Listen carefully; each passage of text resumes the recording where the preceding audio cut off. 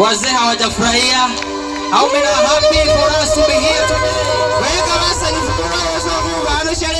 Thank you so much. Let us now clap to Jesus. Let us clap to the Lord. Our Creator. Our Healer. Our Salvation. Our Provider. Hallelujah. Let us pray before we continue. Wherever you are, you can just close your eyes. Your hands lifted up on high. Your eyes closed. Thank you so much for honoring Jesus. Father, in the mighty name of Jesus, you is the creator of the hearts of men. Today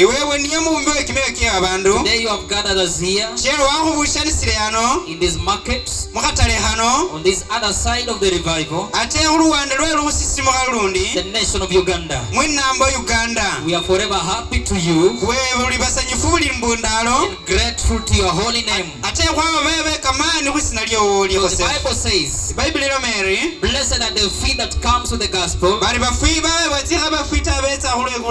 today we have come here. They have received us. Father, we bless them. We bless their lives. We bless their homes, their businesses, their daily endeavors. Father, protect them. And above all, may you rest their hearts, and they may realize and be able to know that the time has changed and the dispensation has changed, and the clock of God in heaven has changed also. And right now, you are admitting the Gentile nations to the kingdom of God. Father, help them that they also may prepare for the second coming of Christ. In the mighty name of Jesus, may you arrest their hearts that whatever is going to be spoken here today may transform their lives, begin a new course to change their lives and prepare for the kingdom.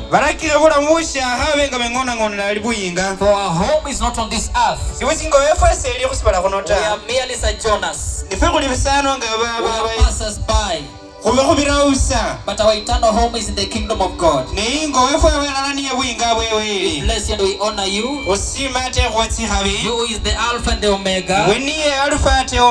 We pray that you may begin with us. The Holy Spirit of God to take full preeminence and full charge and authority, and to arrest every mind to submit to the authority of the blood of Jesus. We bless you and we honor you.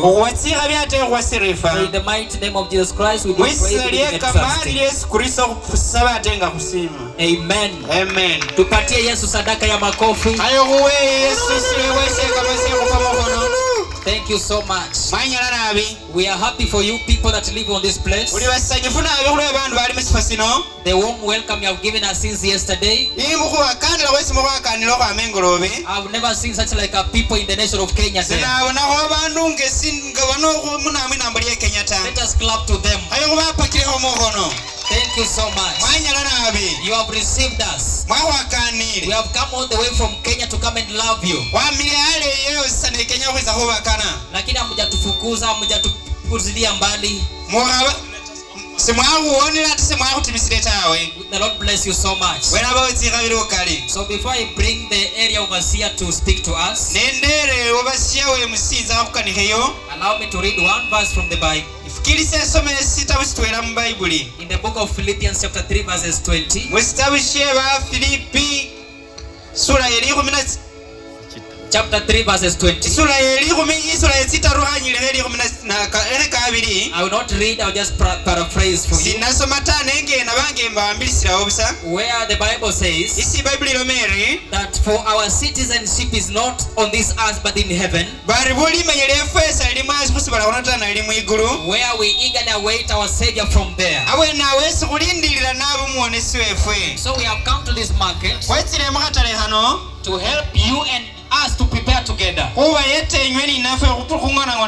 That on this earth, with so many challenges and problems and sicknesses and diseases, you can only live a maximum of 120 years. But the Bible says our citizenship, it is in heaven, and we eagerly await our Savior, who is our Lord Jesus Christ, from there.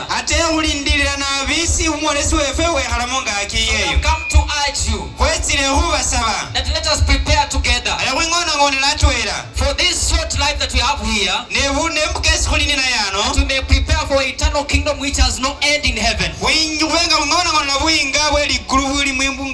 where the Messiah went to prepare a place for us. Hallelujah. The Lord bless you so much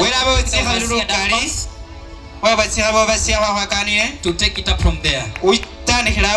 Let us clap to Jesus.